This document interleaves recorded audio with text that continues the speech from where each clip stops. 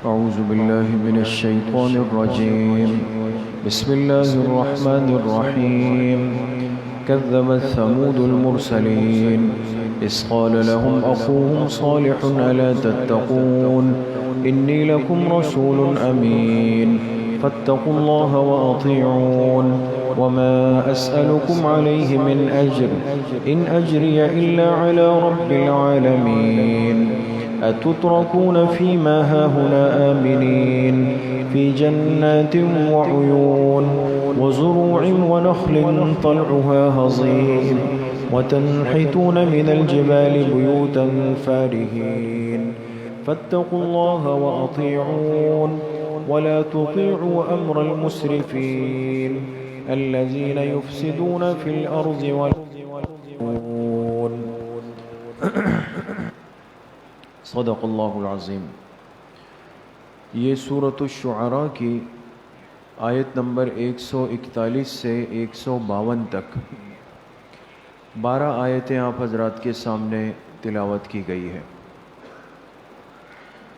اس صورت میں تقریباً ابتدا سے مختلف انبیاء علیہم السلام کے واقعات کو اللہ پاک نے ترتیب سے بیان فرمایا ہے. اور کیوں بیان فرمایا، اس کا سبب کیا ہے، یہ بات بھی آپ کے سامنے بار بار ہوئی کہ اس کا مقصد آپ علیہ السلام اور آپ کی امت کو تسلی دینا تھا کہ جو حالات اس آخری امت پر آئے ہیں اور آئیں گے ان کو پریشان نہیں ہونا چاہیے. ہر پیغمبر کی امت اپنے پیغمبر کے ساتھ یہی سلوک کرتی ہے، اور چونکہ یہ تو آخری امت ہے، اللہ کی محبوب امت ہے، اور قیامت کے دن سب سے پہلے جنت جانے والی امت ہے، ان پر جو احوال اور حالات اور آزمائشیں ہیں وہ باقی انبیاء اور امتوں کے مقابلے میں سب سے زیادہ ہوں گی. لہذا انسان کے سامنے جب کسی اور کی کیفیت کو، حالت کو، واقعات کو بیان کیا جائے تو انسان کا مزاج یہ ہے کہ اس کے لیے اپنی تکلیف ہلکی ہو جاتی، اس کو سہنا، اس کو برداشت کرنا سہل ہو جاتا ہے. تو آج کا جو رکوع شروع ہوا ہے اس میں اللہ پاک نے اس قوم کا تذکرہ فرمایا جس کو قوم ثمود کہتے ہیں، اور قوم ثمود کی طرف جو پیغمبر مبعوث ہوئے ہیں وہ حضرت صالح علیہ السلام تھے. اور اس امت کو بھی اللہ پاک نے بڑی نعمتوں سے، بڑے کمالات سے، بڑے ہنر سے نوازا تھا، جیسے ابھی آپ کے سامنے آئے گا. بڑی نعمتیں دی، ہاتھ کا ہنر دیا ان کو، لیکن انہوں نے جب ان نعمتوں کو استعمال کر کے اللہ ہی کی ناقدری کی، اللہ کی نعمتوں کو استعمال کر کے اسی کو ظلم کا ذریعہ بنایا تو پھر اللہ پاک کی پکڑ آئی اور اللہ پاک کی گرفت کے اندر آ گئے. ان آیات کا ترجمہ ہے کذبت ثمود المرسلین، اور قوم ثمود نے جھٹلایا اپنے پیغمبر کو. اذ قال لهم اخوهم صالح، جب ان سے کہا ان کے بھائی صالح نے، یعنی حضرت صالح علیہ السلام نے، الا تتقون، کیا تم اللہ سے ڈرتے نہیں ہو، خوف نہیں کرتے ہو، انی لکم رسول امین، بے شک میں تمہاری طرف بھیجا گیا ہوں ایک امانت دار رسول بنا کر، فاتقوا اللہ، لہٰذا تم اللہ سے ڈرو، واطیعون، اور میری اطاعت کرو، وما اسألکم علیہ من اجر، اور میں اپنے اس کام پر، اس دعوت پہ تم سے کوئی معاوضہ نہیں مانگتا، ان اجریہ الا علی رب العالمین، اس لیے کہ بے شک میرا معاوضہ تو رب العالمین کے ذمے ہے. آپ حضرات اگر غور کر رہے ہیں یہ آیات تقریباً ہر پیغمبر کے ساتھ ذکر ہوئی، ہر ایک کی دعوت کے الفاظ، کلمات، ترتیب، طریقہ ایک ہی ہے، اس لیے کہ اصول دعوت میں تمام انبیاء مشترک ہے. حضرت آدم علیہ السلام سے لے کر خاتم الانبیاء جناب رسول اللہ صلی اللہ علیہ وسلم تک تمام انبیاء اصول کے اندر ایک ہے، وہ ہے دعوت الی التوحید، توحید کی طرف دعوت دینا۔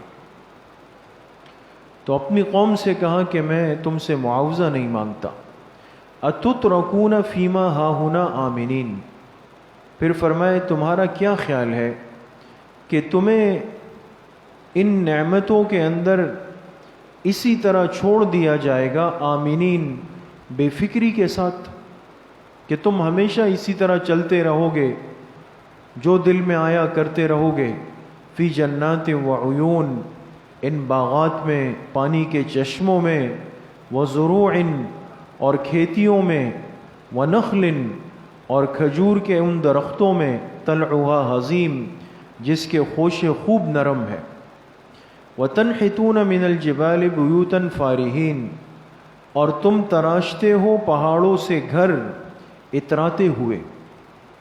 یعنی اتنی طاقت اللہ نے اور اتنی مہارت دی تھی کہ اپنے ہاتھ سے پہاڑوں کو تراشتے تھے۔ پہاڑ کتنی سخت چیز ہے، لیکن اس کو تراشتے تھے اور ان پہاڑوں کے بیچ اس کے اندر اپنے گھر بناتے تھے۔ لیکن خرابی کیا تھی کہ فارہین، یہ بناتے تھے اتراتے ہوئے، اکڑتے ہوئے، تکبر کرتے ہوئے۔ فاتقوا اللہ واطیعون، حضرت صالح علیہ السلام نے فرمایا اللہ سے ڈرو اور میری اطاعت کرو، ولا تطیعوا امر المسرفین، ان حد سے بڑھنے والے ان ظالم سرداروں کی بات مت مانو، اس لیے کہ ہر قوم کو، ہر طبقے کو غلط راستے پر لانے والے ان کے غلط سردار ہوتے ہیں، غلط بڑے ہوتے ہیں، وہ ان کی غلط گائیڈنس اور رہنمائی کرتے ہیں۔ انہوں نے منع کیا کہ جو تمہارے بڑے بن کر بیٹھے ہوئے ہیں یہ مسرفین ہے، اللہ کی حد سے تجاوز کرنے والے ہیں، ان کی مت مانو۔ الذین یفسدون فی الارض، یہ لوگ تو زمین میں فساد پھیلانے والے ہیں، ولا یصلحون، اور اصلاح کرنے والے نہیں ہیں۔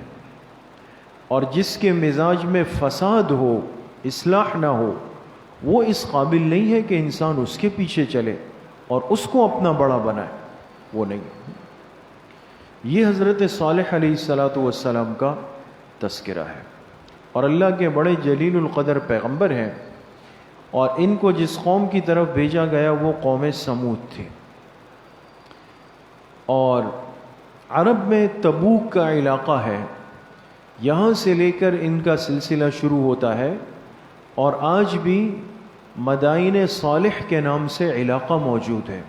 مدائن صالح، حضرت صالح علیہ السلام کی قوم کے جو کھنڈرات ہیں اور جو ان کے آثار اور نشانیاں ہیں وہ آج تک موجود ہے۔ آپ اندازہ لگائیں کہ کتنے صدیاں گزر گئی ہوگی اور کتنے سال گزر گئے ہوں گے، لیکن ان پہاڑوں میں جو انہوں نے گھر بنائے، کمرے بنائے، جگہ بنائی، وہ آج تک من وعن اسی حالت کے اندر محفوظ ہے۔ اس جگہ کو مدائن صالح کہا جاتا ہے، اور اب کچھ عرصہ قبل سعودی حکومت نے اس کو آثار قدیمہ قرار دے کر کے اس کو کھول دیا ہے، اور بہت سارے لوگ، ہمارے اساتذہ حضرات بھی پچھلے سالوں میں جب آنے جانے کی سہولت تھی، اب تو نہیں ہے، تو وہ حضرات جب عمرے وغیرہ کے سفر پہ گئے تو مدائن صالح بھی گئے، اس کو دیکھ کر آئے۔ وہ جگہ کھول دی گئی ہے اب، تو عبرت کی جگہ ہے، بہرحال عبرت کے مقامات ہیں۔ تو اللہ پاک نے اس قوم کو بڑی نعمتیں دی تھی، جس کا تذکرہ بھی ہے۔ باغات تھے، پانی کے چشمے تھے، کھیت تھے، کھجور کے باغات تھے، یہ ساری چیزیں ان کو من جانب اللہ دی گئی تھی، لیکن اس کے باوجود بھی ظلم میں، نافرمانی میں، شرک کے اندر مبتلا تھے۔ ایک دوسری بات، اللہ پاک نے ان کو ایک بڑا عجیب ہنر دیا تھا، ایک فن دیا تھا، وہ یہ تھا کہ یہ معمار تھے۔ جیسے ہمارے ہاں مستری ہوتے ہیں، مزدور ہوتے ہیں، لیکن ہم تو جیسے اینٹیں ہیں، بلاک ہیں، گارا بناتے ہیں اور ایک عمارت بنتی ہے، تو یہ تو ظاہر سی بات ہے کہ ہمارے ہاں جو تعمیرات ہوتی ہے، کنسٹرکشن ہوتی ہے، اس کی بہت زیادہ عمر جو ہے وہ 50 60 70 سال ہے، اس سے زیادہ نہیں چلتی. اس لیے جو 100 سال کے قریب ہو جاتی ہے تو حکومت کہتی ہے کہ بھئی یہ خطرناک ہے، وہاں سے رہائش ختم کریں، کسی بھی وقت گر سکتی. اس لیے کہ بہت ایک مٹیریل مخصوص وقت اور مدت کے لیے ہوتا ہے. لیکن ان کا تو نظام الگ تھا، یہ تو پہاڑ کو کریدتے تھے، پہاڑ کو، اور اس کو اس انداز سے بناتے تھے کہ اس کے بیچ میں انہوں نے پورے گھر بنا دیے. یعنی پہاڑوں کے اندر ان کو کوئی عمارت کھڑی نہیں کرنی پڑی، بلکہ اپنے ہاتھوں سے اللہ نے ان کو ایسی طاقت دی تھی کہ اسی میں جو ہے وہ سوراخ کر کے کمرے، کھڑکیاں، اور باقاعدہ ایسے البم ہیں ہم نے خود دیکھے ہیں کہ جس میں مدائن صالح کی تصویریں ہیں. انسانی عقل حیران ہے کہ کس ترتیب سے انہوں نے یہ گھر بنائے ہوں گے، یہ جگہ بنائی ہوں گی. یہ بھی ایک اللہ پاک نے ان کو فن دیا. لیکن مفسرین فرماتے ہیں کہ کسی قیمتی فن کا ملنا اللہ کی بہت بڑی نعمت ہے. انسان کو اگر کسی فن میں مہارت ہو، چاہے وہ تعمیرات کا فن ہے، چاہے وہ لوہے کا فن ہے، چاہے وہ لکڑی کا فن ہے، کسی بھی چیز کا فن ہے، یہ اللہ کی بہت بڑی دین اور نعمت ہوتی ہے. لیکن شرط یہ ہے کہ انسان اس فن کا استعمال غلط نہ کرے، اس کو غلط مقصد کے لیے استعمال نہ کرے. اب غلط مقصد کے لیے استعمال کی دو شکلیں ہیں دوستو، بہت غور سے سننے کی بات. ایک صورت تو اس کی یہ ہے کہ اللہ پاک نے ایک شخص کو ایک فن اور ایک مہارت دی ہے، یہ ایک کام کر سکتا ہے، لیکن اس نے اپنا وہ فن اللہ کی نافرمانی کے کام کے اندر استعمال کر لیا. مثال کے طور پہ آج کل جدید دور ہے، سافٹ ویئر انجینئرنگ ہوتی ہے، نوجوان کرتے ہیں، اس میں اس کی بڑی طلب ہے. اب کسی کو سافٹ ویئر کی انجینئرنگ میں مہارت ہو، ہمارے انجینئرنگ کے جو طلبہ ہوتے ہیں جو تعلیم حاصل کر لیتے ہیں، یہ بڑے قیمتی ہیں. اب یہ جو سافٹ ویئر ڈیزائن کرتے ہیں یہ ایک بہت بڑا کام ہے، اور اس سے بڑی آسانی ہے. وہ کام جو پہلے سالوں میں ہوتے تھے وہ سمٹ کر دنوں میں آ گئے، دنوں کے کام لمحوں میں آ گئے. ایک بٹن دبایا جاتا ہے اور ساری ڈیٹا سامنے آتا ہے، سارے کام ہوتے ہیں. اب یہ دیکھیں کتنی قیمتی چیز ہے، یہ علم اللہ کی ایک دین ہے. لیکن اگر اس کو غلط استعمال کیا، کسی نے ایسا سافٹ ویئر بنانے کی فرمائش کی جو گناہ کے لیے استعمال ہو رہا ہے، جو حرام کام کے لیے استعمال ہو رہا ہے، سودی اداروں کے لیے استعمال ہو رہا ہے، اور یہ استعمال ہو جائے اس کے لیے، تو اب دیکھیں فن تو ہے لیکن گناہ کے کام کے اندر استعمال ہو گیا. اب اللہ پاک کو اس کا جواب دینا پڑے گا. ایک صورت. دوسری صورت یہ ہے کہ اللہ پاک نے کوئی ہنر دیا، کوئی فن دیا، کوئی مہارت دی کسی بھی چیز کے اندر، ایک نام ہوتا ہے، تو لوگ آتے کہتے ہیں بھئی وہ فلاں صاحب کہاں ہیں، ان کی دکان کہاں ہے، ان کی شاپ کہاں ہے، اس سے ہم کام کروائیں گے اپنا، اس لیے کہ وہ اس فن کا ماہر ہے. تو وہ آدمی فن کا ماہر تو بنا، لوگوں کی ضروریات اور کام تو کر رہا ہے، لیکن اب دل میں عجب آ گیا اور تکبر آ گیا، اترانا آ گیا. اب کسی سے سیدھے منہ بات ہی نہیں کر رہا ہے، کسی کا فون نہیں اٹھا رہا ہے. کہتے بھئی ہم تو چھوٹی موٹی پارٹیوں سے کام لیتے ہی نہیں ہیں. بعض ایسے بھی ہوتے اتنا آگے چلے جاتے ہیں، کہتے ہیں بھئی ہم تو بڑے بڑے ہمارے پاس پروجیکٹ آتے ہیں، بڑی پارٹیاں آتی ہیں. تو اپنی پرانی اوقات سے انسان نکل آتا ہے، اور یہ چیز بھی بہت بڑی مصیبت ہے دوستو. سمجھ میں آ گیا؟ تو اللہ پاک نے اس قوم کی جو مذمت بیان فرمائی نا، آپ غور کریں. وَتَنْحِتُونَ مِنَ الْجِبَالِ بُيُوتًا، فرمائے تم تراشتے ہو پہاڑوں سے گھر. اب یہ ایک فن اور ہنر ہے جو نعمت ہے، لیکن خرابی کیا ہوئی؟ فرمائے کہ فریحین، تم اتراتے ہو، تکبر کرتے ہو، دوسروں پر اپنی بڑائی جتلاتے ہو. اس نے نقصان کر دیا. تو بہرحال اس چیز میں بھی آج بہت زیادہ احتیاط کی ضرورت ہے. فتنوں کا زمانہ ہے، روحانی امراض زیادہ ہے، قلب کی بیماریاں زیادہ ہو گئی ہے. انسان تھوڑا سا اگر کوئی بڑا کام کر لے تو آج اپنے آپ کو سنبھالنا بہت مشکل ہو جاتا ہے. انسان عجب کے اندر، گناہ کے اندر جا سکتا ہے. اس لیے ہمیشہ انسان اعتدال کے ساتھ رہے، اللہ والوں کے ساتھ جڑا رہے، کہیں عجب تکبر میرے اندر پیدا نہ ہو جائے. حضرت مفتی اعظم پاکستان مفتی محمد شفیع صاحب رحمۃ اللہ علیہ، چونکہ بہت بڑے اللہ کے ولی تھے اور حکیم الامت حضرت تھانوی رحمۃ اللہ علیہ کے تربیت یافتہ تھے. حضرت تھانوی کی تو تربیت جو ہے وہ بہت سخت تھی. تو حضرت کے ایک صاحبزادے تھے لاہور میں مفتی شفیع صاحب رحمۃ اللہ علیہ کے، اور ان کا نام تھا ذکی کیفی صاحب. وہ بھی بڑے انسان تھے، بہت نیک آدمی تھے. اور ان کو حضرت مفتی صاحب حضرت تھانوی کی خدمت میں لے گئے اور ان سے بیعت کروائی، ان کی صحبت میں رکھا. تو حضرت تھانوی کے صحبت یافتہ بھی تھے ذکی کیفی صاحب مرحوم، اور بڑے شاعر بھی تھے.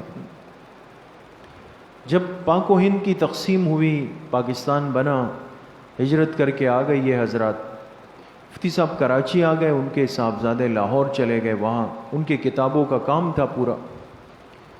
ادھر حضرت تھانوی رحمۃ اللہ علیہ کا انتقال ہو گیا. ان کے انتقال کے بعد مفتی صاحب رحمۃ اللہ علیہ نے اپنے بیٹے ذکی کیفی صاحب کو خط لکھا اور ان سے پوچھا کہ بھائی آپ کے شیخ تو فوت ہو گئے، چلے گئے، اس کے بعد کیا ترتیب ہے آپ کی؟ تو انہوں نے جواب میں خط لکھا اپنے والد کو کہ ہم جس شیخ سے جڑے ہوئے تھے ان کی تربیت کے بعد اب کسی اور کی طرف نگاہ اٹھتی ہی نہیں. بہت غور کیجئے گا دوستو اس واقعے پہ. ہم جس شیخ کی صحبت میں تھے یعنی حضرت تھانوی رحمۃ اللہ علیہ کی، ان کے انتقال کے بعد اب کسی اور کی طرف نگاہ اٹھتی ہی نہیں ہے. یعنی اب ہمیں ان جیسا کوئی نظر نہیں آتا کہ وہ کیسے مربی تھے، کیسے شیخ تھے. تو اب کیا کریں، کن کے پاس جائیں؟ تو حضرت مفتی اعظم پاکستان رحمۃ اللہ علیہ نے جوابی خط لکھا، وہ سننے کے قابل. حضرت نے فرمایا کہ بیٹے تمہارے اس جملے سے تکبر کی بو آتی. بڑے ہوتے ہیں نا، مرض کو پکڑنا یہ بھی ایک حکیم کا کام ہوتا ہے. حالانکہ ہم جیسے اگر ہیں تو ہم کہیں گے کہ ذکی کیفی صاحب حضرت تھانوی کی تعریف فرما رہے ہیں اپنے شیخ کی. حضرت نے فرمایا تمہارے اس جملے سے تکبر کی بو آتی ہے کہ اب تمہیں ان کے بعد کوئی ان جیسا نہیں لگتا، مطلب یہ کہ ہر ایک حقیر لگتا ہے. یہ تو بہت بڑا روحانی مرض ہے. اب آگے کیا لکھا؟ لہذا فرمائے میں تمہارے لیے ایک علاج تجویز کرتا ہوں، اس پہ عمل آج سے شروع کر دو. وہ علاج کیا لکھا؟ فرمایا اپنے محلے کی مسجد کے مؤذن صاحب کے ساتھ کچھ دیر بیٹھا کریں. محلے کی جو مسجد کے مؤذن صاحب ہیں ان کے ساتھ کچھ دیر بیٹھنا شروع کر دیں. اب بظاہر عقل میں کہاں ہے کہ بھئی یہ کیا حل ہے اس کا؟ تو ذکی کیفی صاحب فرماتے ہیں کہ جب والد صاحب رحمۃ اللہ علیہ کا خط ملا تو میں نے فوراً، چونکہ ماننے والے لوگ تھے، میں نے اس پہ عمل کیا. کچھ عرصے بعد مجھے محسوس ہوا کہ واقعی میرے دل کے اندر ایک کیفیت آ گئی تھی جس سے میں اپنے آپ کو بڑا سمجھتا تھا. جب مؤذن صاحب کے ساتھ بیٹھنا شروع، تو غریب مؤذن صاحب تھے، چٹائی پر بیٹھنے والے بیچارے، بچوں کو پڑھانے والے. ان کے ساتھ جا کے بیٹھنا شروع کیا تو اندر سے دل کا وہ عجب پاک صاف ہو گیا. بعض دفعہ انسان کو اندازہ بھی نہیں ہوتا کہ میں کسی روحانی مرض میں گرفتار ہو چکا ہوں. وہ اپنی کیفیت کو ترقی سمجھ رہا ہوتا ہے. تو یہ چیز مہلک ہے. اور دیکھیں یہاں مہلکات میں شمار کیا قوم سمود کہ تمہارے اندر یہ مرض بہرحال پیدا ہو چکا ہے. اب قوم نے اپنے پیغمبر کو کیا جواب دیا، جواب وہ انشاءاللہ کل کے درس میں. اللہ پاک مجھے بھی آپ سب کو صحیح عمل کی توفیق نصیب فرمائے. وآخر دعوانا ان الحمد للہ رب العالمین. انشاءاللہ کل حسب ترتیب صبح 11 بجے سے 11:30 بجے تک بنات کے مدرسے میں مستورات کے لیے اصلاحی مجلس ہوگی. اور یہ رمضان سے پہلے کی اس سال کی آخری مجلس ہے، پھر انشاءاللہ رمضان کے بعد ہفتے والی مجلس شروع ہوگی، اور انشاءاللہ کل عصر کی نماز کے بعد مسجد میں طلباء اور آپ تمام ساتھیوں کے لیے اصلاحی بیان اور ذکر مراقبے کی مجلس ہوگی، اور یہ بھی رمضان سے پہلے کی آخری مجلس ہے، اس لیے تمام احباب سے درخواست ہے کہ اہتمام سے شرکت فرمائیں۔ الحمدللہ رب العالمین والصلاة والسلام علی سیدنا